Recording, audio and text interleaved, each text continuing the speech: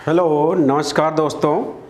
आज की जो हमारी टॉपिक है मादा जनन तंत्र, फीमेल रिप्रोडक्टिव सिस्टम, इसके कुछ भाग मैं बता देता हूँ और कौन कौन से एसेंशियल पार्ट्स हैं। फर्स्ट है आपका ओवरी, जिसे अंडाशय कहते हैं। दूसरा है ओविडक्ट, जिसे अंडवाहिनी कहते हैं। तीसरा है यूट्रस, जिसे गर्भाशय कहते हैं। और चौथा वजाइना। ये मेन पार्ट्स हैं। एक इसमें सर्विक्स भी है। जैसे आपने देखा कि पिछली टॉपिक हमारी थी मेल रिप्रोडक्टिव सिस्टम, नर जनन तंत्र। उसके अंदर दो टेस्टिस देखा था जिसके अंदर जर्म सेल्स पैदा होते हैं।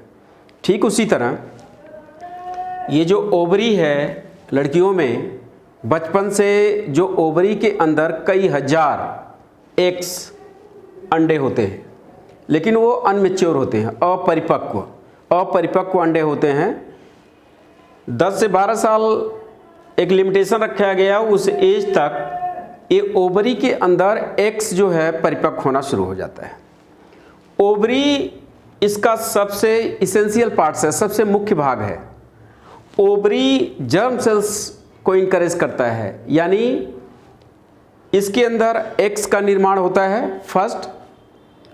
दूसरा हार्मोन्स को इनकरेज करता है, यानी हार्मोन्स भी प्रोडक्शन हार्मोन्स का और एग्स दोनों का करता है। जहाँ तक हार्मोन्स की बात है, हार्मोन्स दो तरह के होते हैं, एस्ट्रोजन और दूसरा प्रोजेस्टेरोन। दो हार्मोन्स प्रोड्यूस करता है, एस्ट्रोजन और प्रोजेस्टेरोन, जो शरीर के डेवलप के लिए, गर्ल्स के बॉडी के डेवलप के लिए काम करता है। प्लस ओवरी का दो काम अभी आपने देखा। फर्स्ट काम था एग्स का निर्माण करना, दूसरा दो तरह के हार्मोन्स को इनकरेज करना, एस्ट्रोजन और प्रोजेस्टेरोन। दो तरह के ये हार्मोन्स को प्रोड्यूस करता है। और अब इसके भाग देखते हैं, भाग के साथ साथ कैसे काम करता है। सबसे पहले आपने देखा था टेस्टिस से स्पर्म का निर्माण हो रहा था, शुक्राणुओं का। शुक्राणु को किसी भी माध्यम से वजाइना में जब छोड़ा जाता है, वजाइना के माध्यम से शुक्राणु आपका सर्विक्स से होता हुआ यूट्रस गर्भाशय में आता है और गर्भाशय से ट्रेवल करता हुआ आगे की तरफ अंडवाहिनी ओविडक्ट में आता है। ओविडक्ट में ये जो कि वैसे छोड़ने के लिए तो करीब जो शुक्राणु हैं 10 लाख शुक्राणु छोड़ा जाता है, लेकिन एक ही शुक्राणु जो कि आगे जा पाता है। और यहाँ पे जो ओवरी है, हर महीने 10 से 12 साल की एज होने के बाद एक अंडे को परिपक्व करती है। एक जर्म सेल्स को परिपक्व करने के बाद, मैच्योरिटी उसको देने के बाद एक एग्स एक ओवरी से निकलता है और अंडवाहिनी में जाता है।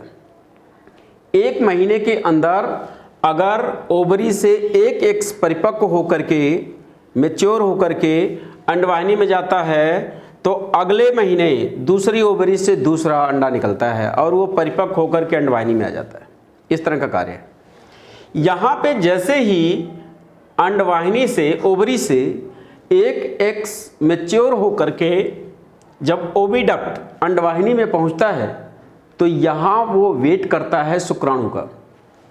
शुक्राणु जब सीधे वजाइना से होता हुआ यूट्रस के अंदर आता है, यूट्रस से होकर के जब ये अंडवाहिनी ओविडक्ट के अंदर जाता है, तो इसका फर्टिलाइजेशन होता है, यानी एग्स का और स्पर्म शुक्राणुओं का मिलन होता है, जिसे फर्टिलाइजेशन आप कह सकते हैं कि इसका फर्टिलाइजेशन होता है, निषेचन होता है।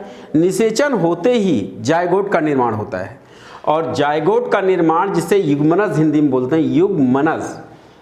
शुक्राणु और एग्स जब आपस में मिले तो निषेचन हुआ। निषेचन के बाद जायगोट का निर्माण हुआ, और जायगोट का निर्माण होकर के वो ओविडक्ट से होता हुआ आगे ट्रेवल करता हुआ सीधे पहुंचता है हमारा यूट्रस के अंदर, गर्भाशय के अंदर।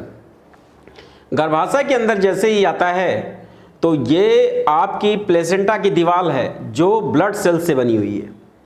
ब्लड सेल से ये प्लेसेंटा की दीवार है बनी हुई है, इसके अंदर आके चिपक जाता है और चिपक करके जब ये अपना खोखला गोला बनाना शुरू करता है यानी डेवलप करना शुरू करता है, उस समय ये भ्रूण के नाम से जाना जाता है, एम्ब्रियो। इंग्लिश में एम्ब्रियो के नाम से जानते हैं और भ्रूण का निर्माण करता है। भ्रूण जैसे ही इसके अंदर डेवलप करना शुरू करता है तो वो एक बेबी के रूप में हो जाता है और धीरे धीरे 9 महीने तक डेवलप करने के बाद वजाइना के माध्यम से सीधे एक बच्चे का जन्म होता है। लेकिन अनफॉर्चुनेटली अगर आपका जो शुक्राणु है, स्पर्म, अगर नहीं पहुंच पाता है इसके अंदर, गर्भाशय से होता हुआ ओविडक्ट अंडवाहिनी में अगर नहीं पहुंच पाता है, तो इस दिशा में क्या होता है कि ये जो एक्स परिपक्व होकर के अंडवाहिनी में आया हुआ था वो वेट करता हुआ, जब नहीं इसे शुक्राणु नहीं मिल पाता तो ये सीधे जो कि हमारे यूट्रस के अंदर, गर्भाशय के अंदर आता है। गर्भाशय के अंदर जो ये दीवार थी ब्लड सेल से बनी हुई जिसे प्लेसेंटा की दीवार कहते हैं, उस दीवार को डिस्ट्रॉय कर देता है यानी तोड़ देता है उस दीवार को। और जब तोड़ देता है तो ये चूंकि ब्लड सेल से बना हुआ है तो ब्लड इकट्ठा होता है इसके अंदर और सीधे वजाइना के माध्यम से मेंस्ट्रुएशन यानी पीरियड के रूप में बाहर निकलता है। तो इस तरह इसका कार्य है और ये बहुत ही इम्पॉर्टेंट टॉपिक है आपके पेपर के दृष्टिकोण से। और अगर ये आपको टॉपिक समझ में आती है और अच्छा लगता है तो आप हमारे चैनल को सब्सक्राइब करना मत भूलिएगा। और अगर किसी तरह का कन्फ्यूजन है तो आप हमारे चैनल पे कांटेक्ट कर सकते हैं। Thank you.